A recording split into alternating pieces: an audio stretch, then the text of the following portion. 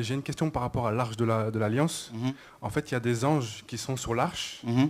Et Dieu, dans un des commandements, dit que, en fait, on ne doit pas faire de représentation de choses qui sont dans les cieux. Mhm. Et ma question, c'était ça, en fait. Pourquoi il y avait les anges sur l'arche?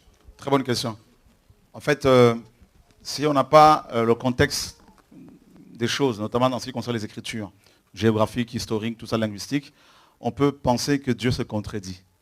Et en fait, Dieu interdit, n'est-ce pas, la reproduction, la représentation des images célestes et terrestres par rapport à l'adoration, parce que l'homme est tellement idolâtre qu'il a tendance à s'accrocher aux choses qu'il voit.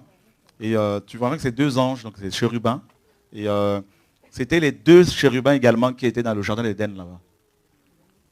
N'est-ce pas? Qui empêchaient Adam, avec leurs épées flamboyantes, d'accéder à l'arbre de vie. L'arbre de vie, c'est Yeshua. L'arbre de vie, c'est aussi l'arche. D'accord? La gloire. Et maintenant, tu verras que ce lieu-là n'était pas accessible. Il était interdit à tout le monde, même aux souverains sacrificateurs ou aux grands prêtres.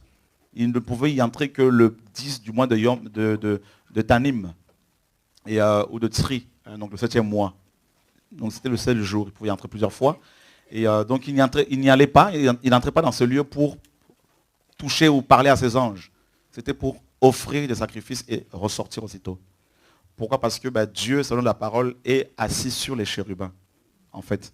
Or l'arche, c'est aussi l'image du trône de la gloire. Voilà.